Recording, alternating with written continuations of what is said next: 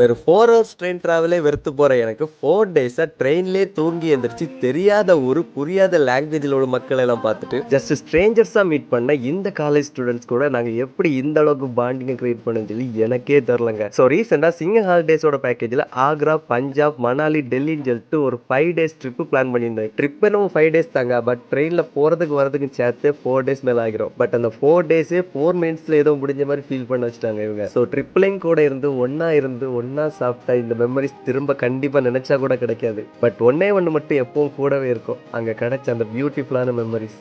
ஞானம் நீயும் யாவும் அம்பியும் மூடவும் சொல்லியும் நானே பாடும் பாட்டின் வழியாக நானும்